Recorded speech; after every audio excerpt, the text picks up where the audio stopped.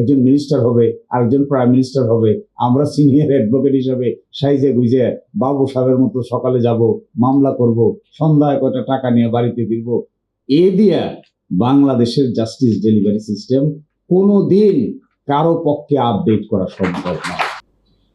এমন এক সিস্টেম এখন হয়েছে, অতীতেও ছিল, এরকমই দেখছি আমরা বিগত 15-20 বছর থেকে। যখন যা নিষ্পত্তি হওয়ার কথা তখন তা নিষ্পত্তি না হওয়ার কারণে অনেক বিচার প্রার্থীদের মধ্যে হতাশার লেভেল এই পর্যায়ে পৌঁছে অনেকেই মন্তব্য করেন, আর এই বারান্দায় আসবে।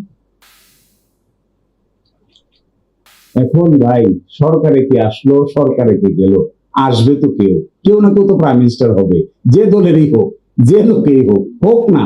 কিন্তু এই সিস্টেম যদি স্মুথ, ট্রান্সপারেন্ট, কুইক, অ্যাকাউন্টেবল ব্যবস্থা তৈরি করা না যায়, তাহলে মিটিং মিছিল করে আর স্বপ্ন দেখে শেষ পর্যন্ত ঘোড়ার ডিম ছাড়া আর কিছুই কপালে জুটবে না।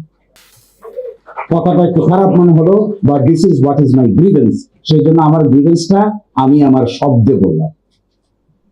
গ্রিভেন্সকে যদি আপনি বিভিন্ন গ্যালভানাইজ করে ডানে বামে কাটাকাটি করে বলেন, তাহলে গ্রিভেন্স তার অরিজিনাল স্কোপ হারায়।